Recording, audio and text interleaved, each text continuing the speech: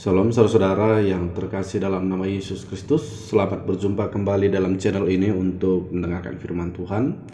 Saya selalu berdoa buat saudara-saudari semuanya selalu sehat dan terlebih lagi selalu diberkati oleh Tuhan. Sebelum kita mendengarkan firman-Nya, marilah kita berdoa. Damai sejahtera Allah yang melampaui segala akal akan memelihara hati dan pikiranmu di dalam Kristus Yesus. Amin. Ia menjadi khotbah pada kebaktian rumah tangga, pertanyaan, persaudipan ataupun nama lainnya di minggu ke-17 setelah Trinitatis, diambil dari 2 Raja-Raja 5 ayat 1 sampai ayat 14 dengan tema kesembuhan sebagai anugerah dari Tuhan. Saudara-saudara, saya akan bacakan nats firman ini untuk kita, dan demikianlah bunyi firman Tuhan. Naaman, panglima Raja Aram, adalah seorang terpandang di hadapan tuannya dan sangat disayangi. Sebab oleh dia Tuhan telah memberikan kemenangan kepada orang Aram, tetapi orang itu seorang pahlawan tentara sakit kusta. Orang Aram pernah keluar bergerombolan dan membawa tertawanan seorang anak perempuan dari negeri Israel. Ia menjadi pelayan pada istri Naaman. Berkatalah gadis itu kepada nyonyanya, "Sekiranya tuanku menghadap nabi yang di Samaria itu, maka tentulah nabi itu akan menyembuhkan dia dari penyakitnya." Lalu pergilah Naaman memberitahukan kepada tuannya, katanya, "Beginilah dikatakan oleh gadis yang dari negeri Israel itu." Maka jawab Raja Aram, "Baik, pergilah dan aku akan mengirim surat kepada Raja Israel." Lalu pergilah Naaman dan membawa sebagai persembahan 10 talenta perak dan 6.000 sikal emas dan 10 potongan pakaian. Ia menyampaikan surat itu kepada Raja Israel yang berbunyi, "Sesampainya surat ini kepadamu, maklumlah kiranya bahwa aku menyuruh kepadamu Naaman, pegawaiku, supaya engkau menyembuhkan dia dari penyakit kustanya."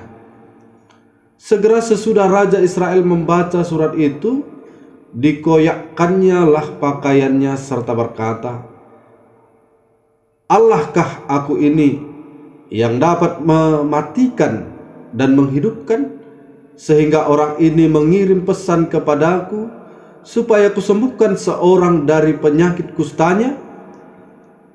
Tetapi sesungguhnya, perhatikanlah dan lihatlah, ia mencari gara-gara terhadap aku." Segera sesudah didengar Elisa, abdi Allah itu, bahwa Raja Israel mengoyakkan pakaiannya, dikirimnyalah pesan kepada raja, bunyinya, "Mengapa engkau mengoyakkan pakaianmu? Biarlah ia datang kepadaku, supaya ia tahu bahwa ada seorang nabi di Israel." Kemudian datanglah Naaman dengan kudanya dan keretanya, lalu berhenti di depan pintu rumah Elisa. Elisa menyuruh seorang suruhan kepadanya mengatakan, "Pergilah mandi 7 kali dalam sungai Yordan, maka tubuhmu akan pulih kembali, sehingga engkau menjadi tahir." Tetapi pergilah Naaman dengan gusar sambil berkata, "Aku sangka bahwa setidak-tidaknya ia datang keluar dan berdiri memanggil nama Tuhan Allahnya, lalu menggerak-gerakkan tangannya di atas tempat penyakit itu, dan dengan demikian menyembuhkan penyakit kustaku. Bukankah Abana dan Parpar, sungai-sungai Damsik, lebih baik dari segala sungai di Israel?" Bukankah aku dapat mandi di sana dan menjadi tahir?" Kemudian berpalinglah ia dan pergi dengan panas hati. Tetapi pegawai-pegawainya datang mendekat serta berkata kepadanya, "Bapak, seandainya nabi itu menyuruh perkara yang sukar kepadamu, bukankah Bapak akan melakukannya? Apalagi sekarang ia hanya berkata kepadamu, 'Mandilah dan engkau akan menjadi tahir.' Maka turunlah ia membenamkan dirinya 7 kali dalam sungai Yordan, sesuai dengan perkataan abdi Allah itu. Lalu pulihlah tubuhnya kembali seperti tubuh seorang anak dan ia menjadi tahir." Demikian pembacaan firman Tuhan. Saudara-saudara yang dikasihi oleh Tuhan, mengawali firman ini saya akan bercerita tentang kisah Ludwig Nommensen sebelum ia menjadi seorang misionaris yang hebat. Dikisahkan bahwa dia dilahirkan dalam keluarga yang miskin, dan karena kemiskinannya ia harus bekerja, sehingga pada usia 7 tahun ia mulai mencari uang dengan menggembalakan angsa dan domba. Lalu saudara-saudara, kecelakaan dialaminya saat dia berusia 12 tahun. Hampir saja kecelakaan itu melumpuhkan hidupnya. Ketika itu ia sedang bermain-main dan entah bagaimana jatuh ke bawah sebuah kereta kuda yang kemudian menggilas kedua kakinya dengan roda hingga remuk. Sepertinya ia tidak akan pernah bisa berjalan lagi, karena setelah setahun dirawat pun Ludwig Nommensen masih terbaring di tempat tidur. Semua dokter yang memeriksanya telah berusaha keras, tetapi ia tidak memberi respon terhadap pengobatan yang diberikan. Orang tuanya dua-duanya orang Kristen yang taat, terus meyakinkan Nommensen bahwa suatu hari nanti ia akan dapat berjalan lagi. Namun saudara-saudara, setiap kali memandang kondisi kakinya, anak berusia 13 tahun itu sulit untuk percaya. Pada suatu hari Natal, ketika sedang membaca Alkitabnya, Ludwig Nommensen terkesan dengan sebuah ayat Alkitab, yaitu Yohanes 14 ayat 14. "Jika kamu meminta sesuatu kepadaku dalam namaku, aku akan melakukannya." Dengan gemetar ia bertanya kepada ibunya, "Ibu, apakah ini benar? Apakah mujizat masih terjadi sekarang ini?" Ibu Ludwig Nommensen agak ragu menjawab. Semua dokter tidak yakin bahwa kaki Nommensen akan dapat sepenuhnya pulih, tetapi ia tidak tega mengecewakan putranya yang sangat disayanginya. Ibunya berusaha tampak yakin dan tersenyum menjawab, "Tentu saja benar sayang, sebab itu firman Tuhan." Bagi Ludwig Nommensen jawaban itu sudah cukup. Jika ibunya berkata demikian, itu pasti benar. Untuk pertama kalinya setelah sekian bulan menjalani perawatan, ia merasa ada harapan yang pasti saat ia mulai memohon agar Tuhan menyembuhkan kakinya. Jika ia sampai bisa berjalan lagi, janjinya ia akan menjadi seorang misionaris. Ludwig Nommensen percaya bahwa jika Tuhan mengembalikan fungsi kakinya, pastilah dia punya tujuan yang spesifik. Jawaban Tuhan datang tak lama kemudian. Beberapa waktu setelah Ludwig Nommensen mulai berdoa, memohon kesembuhan, seorang dokter yang ada kalanya datang memeriksa, meresepkan obat baru, dan lukanya mulai sembuh. Sekitar setahun kemudian, ia sudah bisa berjalan dengan normal. Ludwig Nommensen tidak ragu bahwa ada tangan Tuhan yang bekerja di balik kesembuhannya, dan ia tidak melupakan janjinya untuk menjadi seorang misionaris. Suatu hari ia berlutut di gereja, mengucap syukur kepada Tuhan dan bertanya kepada Tuhan, "Apakah engkau menghendaki aku untuk menjadi seorang misionaris?" Walaupun tidak ada suara yang muncul dan tidak ada ayat Alkitab yang melintas di benaknya, Ludwig Novensen merasa yakin bahwa Tuhan telah menjawab doanya ataupun pertanyaannya dengan perkataan "ya". Saudara-saudara, yang paling penting kita lihat dari kisah Ludwig Novensen ini adalah bahwa dia merasakan bahwa kesembuhan yang dialaminya adalah sebagai sebuah anugerah dari Tuhan. Maka ia tidak mau melupakan anugerah itu dan ia sangat mensyukurinya. Demikianlah juga saudara-saudara, di dalam khotbah kali ini kita akan menganalisis dan merefleksikan kisah penyakit seorang panglima raja yang bernama Naaman dari kerajaan Aram. Dia adalah seorang panglima tertinggi kerajaan yang dikenal pemberani, dan dalam kepemimpinannya pasukannya selalu mengalami kemenangan atas musuh-musuh negara, sehingga dia banyak dikenal orang sebagai pahlawan negara yang disayangi oleh Raja Aram, yakni Ben-Hadad kedua. Namun beliau sedang dilanda sakit kusta yang bisa kita lihat di dalam ayat 1. Tidak disebutkan sudah berapa lama beliau mengalami sakit tersebut, dan tidak pula digambarkan secara dramatis bagaimana penderitaannya mengalami sakit kusta itu. Tapi kita bisa membayangkan bagaimana penderitaan seorang yang sakit kusta dan tekanan psikologi yang dialami, apalagi dia seorang tokoh terkenal dan pemimpin dalam ketentaraan. Dan sepertinya saudara-saudara, ia juga mengalami keputusasaan dengan derita sakitnya itu yang tak kunjung sembuh. Saudara-saudara, pada waktu itu masih ada perselisihan antara kerajaan Aram dan kerajaan Israel Utara ataupun Samaria.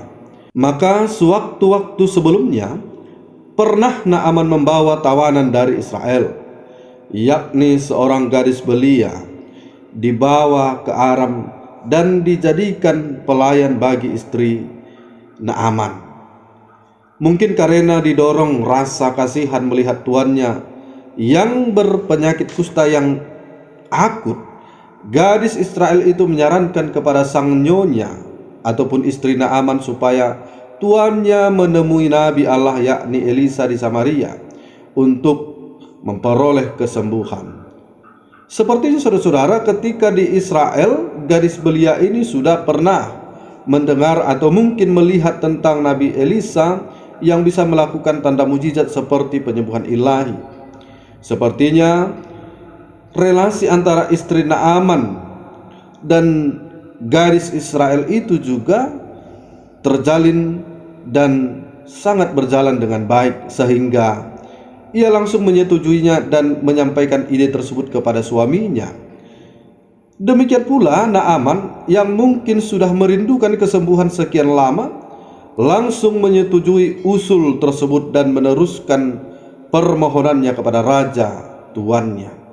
Dan sang raja pun mungkin karena rasa sayangnya terhadap pahlawan bangsanya ini, langsung merespon dengan positif usulan tersebut, bahkan berjanji memberikan titipan surat kepada Raja Israel atas kedatangan hambanya itu nanti menemuinya. Saudara-saudara yang dikasihi oleh Tuhan, singkat cerita, maka berangkatlah Naaman dengan pasukannya dan tak lupa membawa persembahan ataupun upeti sebagai biaya ataupun ucapan syukur kalau ia mengalami kesembuhan. Sesampainya di Israel dan bertemu dengan Raja Israel, Naaman langsung memberikan surat titipan yang disampaikan Raja Aram untuk Raja Israel. Kesannya kasus Naaman ini sedikit menjadi heboh karena melibatkan urusan antar negara. Pada waktu itu yakni antara kerajaan Aram dan kerajaan Israel Utara ataupun Samaria, untuk menangani persoalan sakit sang panglima Raja Aram ini, yakni yang tengah mengalami sakit kusta, sejenis penyakit infeksi kronis pada kulit dan dapat mengakibatkan kerusakan saraf. Bahkan situasi semakin tegang karena Raja Aram merujuk hambanya Naaman kepada Raja Israel untuk diupayakan kesembuhannya. Padahal di Israel orang yang berpenyakit kusta harus diasingkan, bahkan dikucilkan dari aktivitas sosial masyarakat, karena saudara-saudara dianggap najis dan berbahaya karena dapat menular kepada orang lain. Dapat kita bandingkan pada Imamat 13 sampai 14. Lebih dari itu, saudara-saudara, Raja Israel pun tidak tahu mau dibawa kemana pasien yang berpenyakit seperti ini untuk disembuhkan. Ia pun menjadi panik, sebab isi suratnya menyatakan, "Sesampainya surat ini kepadamu, maklumlah kiranya bahwa aku menyuruh kepadamu Naaman, pegawaiku, supaya engkau menyembuhkan dia dari penyakit kustanya." Dalam paniknya, setelah membaca surat itu, Raja Israel mengoyakkan pakaiannya dan menyimpulkan bahwa Raja Aram ini sedang mencari gara-gara terhadapnya untuk memperuncing perselisihan antar kedua negara ini dan bersiap untuk perang. Bagaimana tidak disebut sebagai mencari gara-gara? Masakan ia disuruh menyembuhkan penyakit kusta? Saudara-saudara terkasih, untunglah kepanikan raja tidak berlangsung lama, sebab segera sesudah mendengar tentang kegalauan raja itu, Nabi Elisa sang abdi Allah itu mengirim pesan kepada raja melalui utusannya supaya si Naaman dirujuk kepadanya. Dengan demikian selesailah kepanikan sang raja Israel. Lalu Naaman dan rombongan datang ke rumah Nabi Elisa. Namun Elisa tidak keluar dari rumahnya. Ia membiarkan Naaman dan rombongan menunggu di depan pintu rumahnya. Ia cukup menyuruh hambanya memberi pesan kepada Naaman, katanya, "Pergilah mandi 7 kali dalam sungai Yordan, maka tubuhmu akan pulih kembali, sehingga engkau menjadi tahir." Perlakuan penyambutan ini membuat Naaman gusar, sekaligus marah dalam hatinya. Sebab terapi penyembuhan yang diberikan kepadanya tidak seperti yang dibayangkan dan diharapkan. Ada 2 hal yang membuat kekesalan hatinya. Pertama, harapan si tabib, dalam hal ini Nabi Elisa, datang menghampirinya, berdoa untuknya pada Allahnya, lalu melakukan tumpang tangan dan sentuhan terhadap badannya yang berkusta itu. Gerakan atau gaya penyembuhan seperti itu sering dilakukan oleh paranormal. Nyatanya, Elisa hanya mengirim utusan, memberi pesan untuk dilakukan. Sepertinya Naaman merasa wibawanya sebagai panglima tentara tidak dihargai. Lalu yang kedua, dia disuruh mandi alias bercelup 7 kali di sungai Yordan. Yang dia ketahui bahwa sungai Yordan itu tidak ada apa-apanya dibandingkan dengan sungai Abana dan Parpar yang lebih bersih dan indah di negaranya di Damsyik. Mengapa dia tidak disuruh mandi di sana saja? Namun meski dengan panas hati, Naaman berangkat juga ke sungai Yordan bersama rombongannya. Saudara-saudara yang terkasih dalam nama Yesus Kristus, syukurlah di perjalanan para pegawai-pegawai Naaman menghibur dan memotivasinya dengan mengatakan, "Bapak, seandainya Nabi itu menyuruh perkara yang sukar kepadamu, bukankah Bapak akan melakukannya? Apalagi sekarang, ia hanya berkata kepadamu, mandilah dan engkau akan menjadi tahir." Akhirnya saudara-saudara, Naaman mau turun dan membenamkan dirinya 7 kali di sungai Yordan, sesuai dengan anjuran Nabi Elisa. Lalu apa yang terjadi saudara-saudara? Maka Elisa pun mengalami kesembuhan.